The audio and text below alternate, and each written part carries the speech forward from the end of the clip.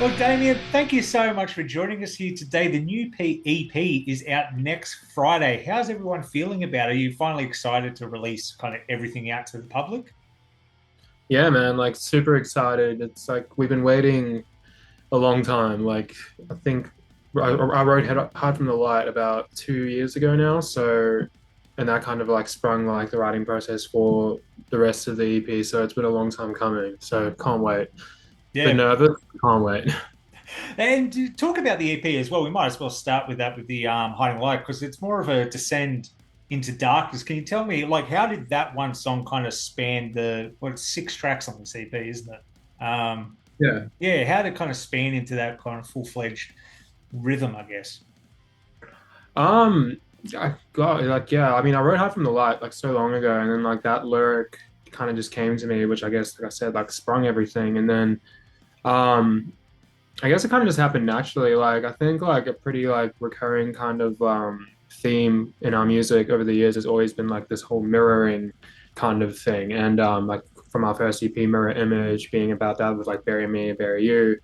So I think it's kind of something I kind of always naturally go back to lyrically. And then yeah, as we were writing and as I was writing the lyrics and stuff, like I guess Suffer in the Dark just kind of came to me. And yeah, because Suffer in the Dark, even though it's the last song, it wasn't the last one we wrote, if that makes sense. Yeah. So that's kind of when I think the idea kind of came to me, I think lyrically. And I'll always be like writing down like song titles in my phone and stuff when I think of them. And yeah, like I guess at that point it kind of just made sense. And then yeah, I guess I started writing everything else from like that kind of like perspective and just trying to like tell the story like semi like chronologically through like each title Mm. of the tracks on the EP. So yeah. Do you find it's a bit more creative in getting down to do your writing when you can kind of link everything up to tell more of a situation or a story as a whole? Or do you find it a bit more difficult? Because people have come in with different opinions on that. Some people find, oh, I've got this subject I'm touching on, very easy to go through. And then I found other people that go, yeah, I struggle. I get 5 songs into an 8 song album and go, oh, I need 3 more to kind of link up to this, but can't really connect them anyway. What about for yourself? Yeah, I mean, it's kind of like newer to me, like writing in this way, I Mm. suppose. I'm trying to link it back to like this like kind of chronological thing or whatever. But yeah, because normally I would just tackle each song on its own, you know, like in the past I've always just written it song by song more or less with like an overarching theme or whatever. But yeah, with this one, it was a little bit different to that because it's like not fully chronological this time around. It's more Yeah. so just with the titles and like the themes. But yeah, I feel like writing a song just as a song is a lot easier than just going into a thing and thinking about it like this is going to be 6 songs, this is going to be 10 songs. You know, like that feels a lot more like okay, I need to make this all make sense now. And then I Yeah. start like overthinking everything I'm writing. You know, so yeah. No, that's cool. That's good. I'm always interested to hear what people have to say about that. But we'll start with the band as well because I was looking into a bit of your back history and starting in what 2021 wasn't it when this band formed? How was that? Because we were just kind of we came out of the pandemic, but then we kind of Australia got shifted back into the pandemic in 2021. Like, was it kind of therapeutic to get the band out there? Because you kind of delved into dark rap a bit before then as well, didn't you? Yeah, I did. Yeah, I was doing that for quite a few years before doing band stuff again because I was in bands when I was younger and then took a break from that. And then yeah, like 2021, like I was kind of like at a point where I was kind of getting over like the dark rap stuff, I guess. Mm. Like, and then yeah, like just started playing guitar again. And then yeah, like our other like original guitarist, like he wanted to start something, and then we started playing guitar together, and then yeah, then that's the rest is history pretty much. You know, we wrote Mirror Image together and then started a band, which was really sick. And I'm super stoked it happened because like, yeah, you know, I'm really stoked to be making this kind of music again. And it's like the most like natural feeling genre to me, I would Yeah. say. And yeah, just the ways I've been able to like, I think like express myself in this style of music compared to like dark rap is just so much, I think, more fulfilling, you know? Yeah. Yeah, man. I think it was definitely a really good COVID project to start.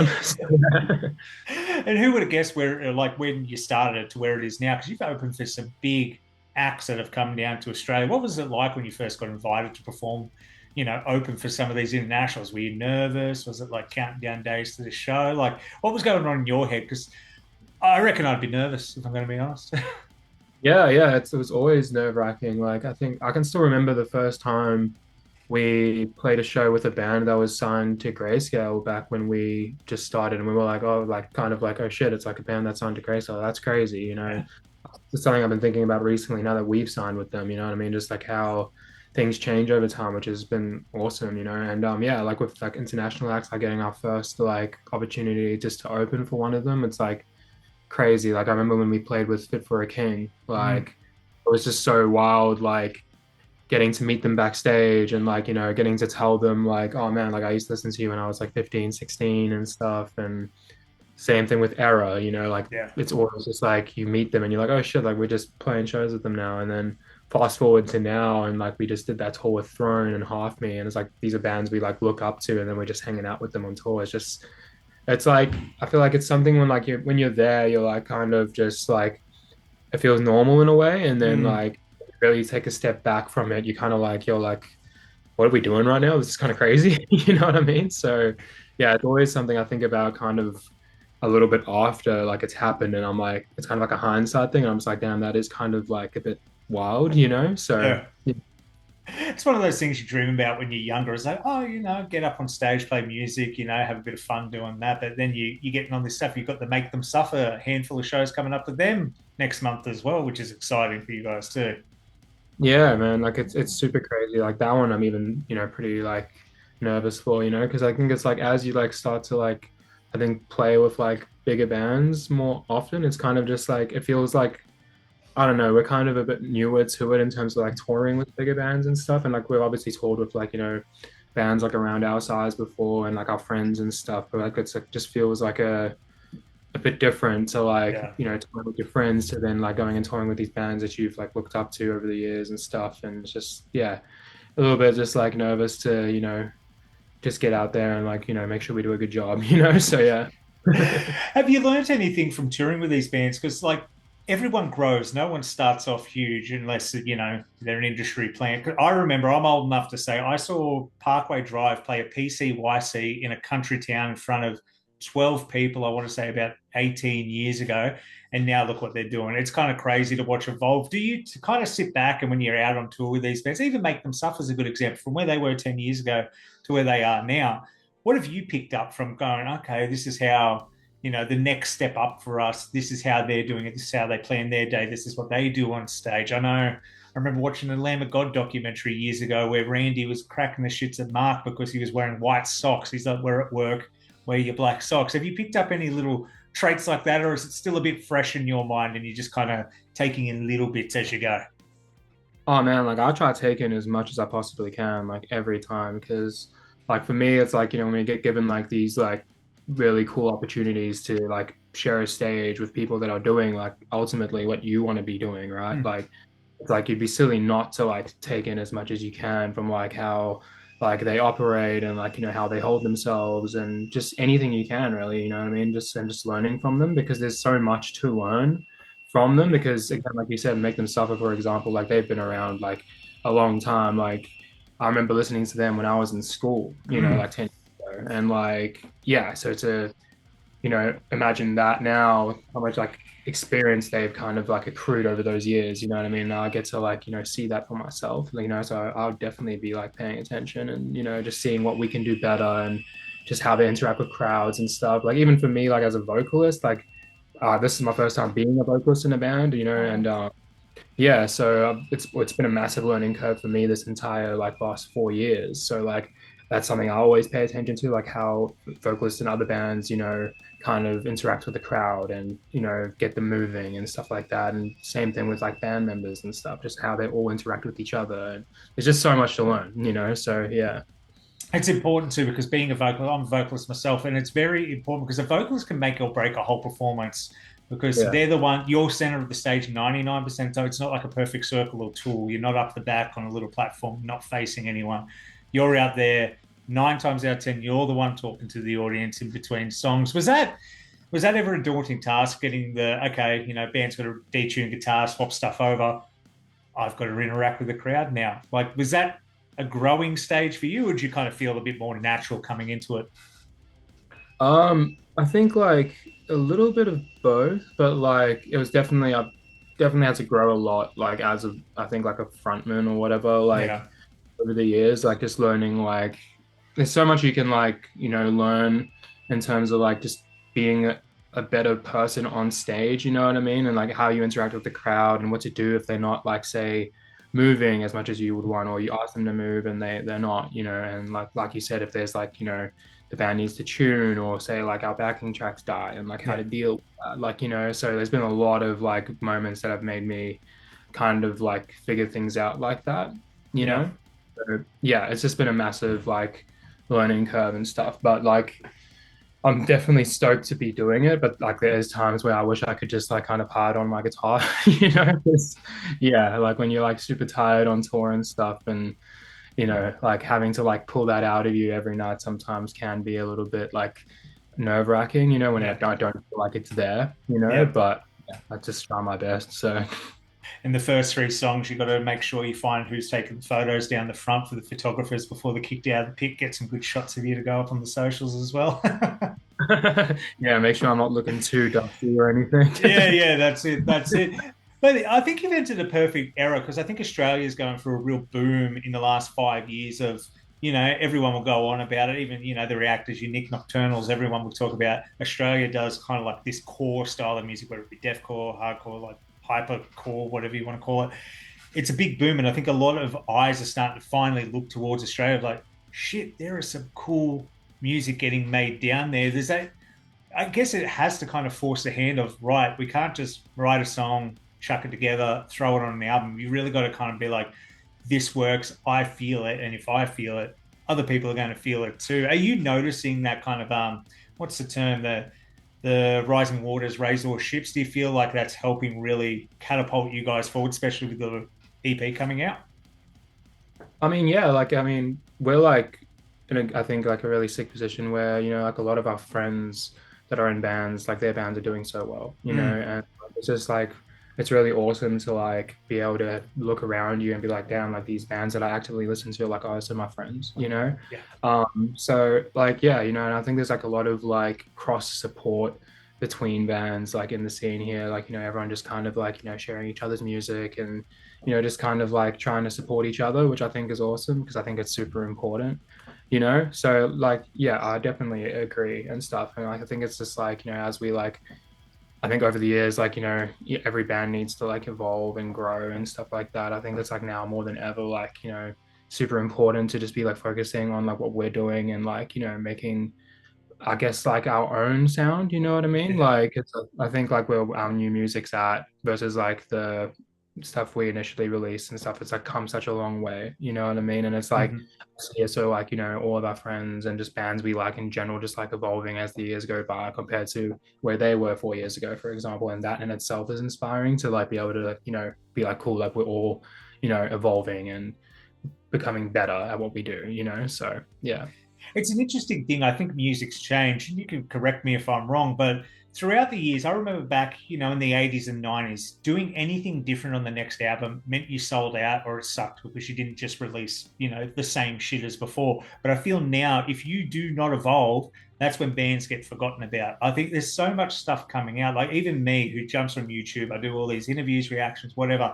I can't even keep up with it all unless it stands out. Like you've got Lorna Shore dropping tracks, you've got Electric Callboy dropping tracks, you've got Slaughter, all that, all in the last 2 weeks. So you really do need to kind of evolve to make that sound. And do you feel fans, I don't know, because the band hasn't been around for as long, but do you feel fans are more accepting these days about artists trying new things and trying to evolve their sound? And as long as they're not going completely to a different genre, sometimes that backfires, of course, but I think it's just natural progression. It's almost like we all grew up as gamers and everyone understands what leveling up and getting new gear is like. So we're not used to the same thing all the time.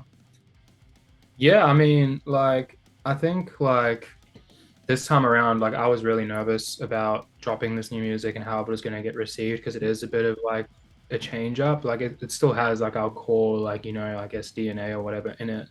But like, again, it's a switch up from what it was Yeah. in a way, a lot more production and all that kind of stuff. So I was super nervous to how it would be received. But So far it's been received really well, which is sick, you know, Yeah. and I'm super stoked about that. And I think I've thought this whole time, like if people like, you know, like our band and they like how heavy we are, like they'll definitely like it. But it's always been in the back of my mind that it is, you know, a little bit different to what we've done, and there's a lot more going on in terms of production that people might not be as into it. But again, like I said, like so far people have been like receiving it really well, especially like a song like Shura that we dropped. Like I was really nervous about that song because it is like a bit weird and a bit like a little bit more out there compared to anything we've done like ever. And yeah, like people received that super well, which was like kind of a surprise for me, like a very welcome one, Yeah. you know? So yeah, like definitely.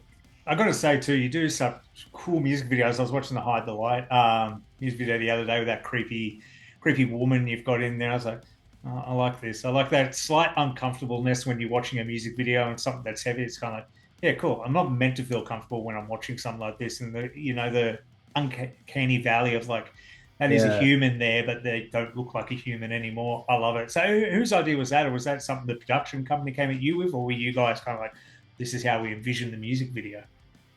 Oh yeah, so that was my idea initially. So I was like kind of like going low-key insane trying to think of ideas for like that video because after we did the Shura one, I was like because that one in my whole like I guess vision of it, like Shura was better than Too Many Scars in terms of the video. Mm, And I just wanted to keep upping the ante each time, you know, and then I was like, how do we beat that now? You know, because we got that 38 TV CRT monolith and stuff. But yeah, I was just thinking of that in the car the one night after just playing Hard from the Light back to back over and over and over, and it kind of just had the image in my head of like you know, this kind of uncanny valley person yeah. in this empty room, and then I pitched that idea to Colin, and then he built on it a lot, and like you know, he suggested a lot of things and like the shots we should do and stuff. He organized the actress Sarah and the prosthetics and stuff, and he really like took the steps to like make the idea come to life, and so did you know Sarah and stuff, who did an amazing job like just portraying this like you know creepy like subhuman creature or whatever you want to call it. But yeah, no, got to give a shout out to Colin and his team, man, because like doing these videos with him, especially like Hard from the Light, like they've really just like taken like the visual aesthetic of I think the band to like the absolute like next level and beyond. And like I couldn't be more stoked with like how like the band, I guess, like the story or whatever of this EP is kind of getting told visually now. So Yeah. massive shout out to him, man. No, it's brilliant. I loved it. And I like that we've talked about Hide from the Light. You've just had the sun come down, which has now turned you almost invisible in the Oh, video. I think it's great. But that's all right. I think we can wrap it up there anyway, mate. Is there anything you wanted to say to the fans out there watching that are keen for this EP release next Friday and that are going to be seeing you out on tour, whether it be your own headline shows or we've Make Them Suffer?